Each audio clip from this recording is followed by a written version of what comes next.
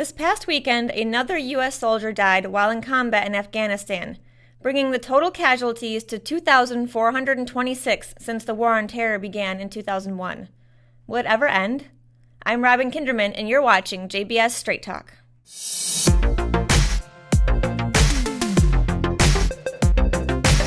U.S. forces have been engaged in combat in Afghanistan for 17 years and 9 months, officially making it the longest war fought in our nation's history. It now beats America's involvement in Vietnam by 5 months.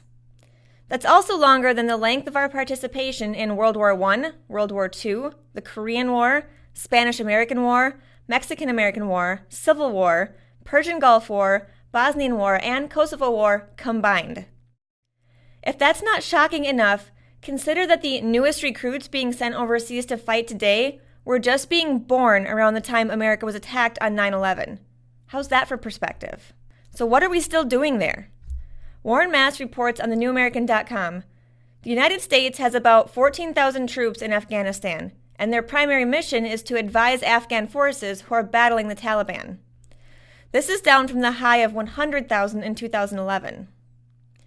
Operation Enduring Freedom officially began on October 7, 2001, when U.S. forces invaded Afghanistan in an effort to destroy al-Qaeda and topple the previous Taliban government.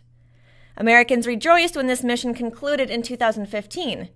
However, it was immediately replaced with the current Operation Freedom Sentinel as part of the NATO-led Resolute Support Mission.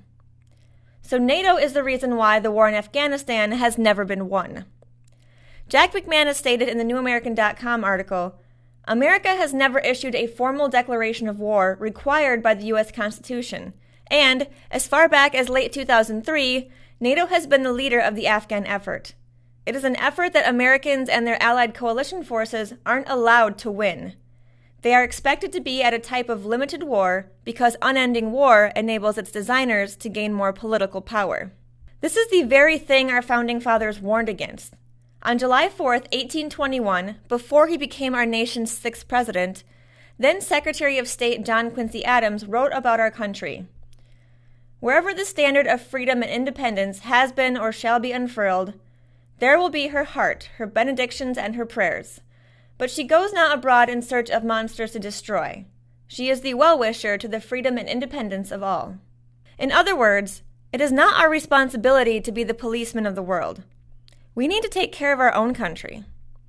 Last December, President Trump announced that he would begin a significant drawdown of our remaining forces in Afghanistan.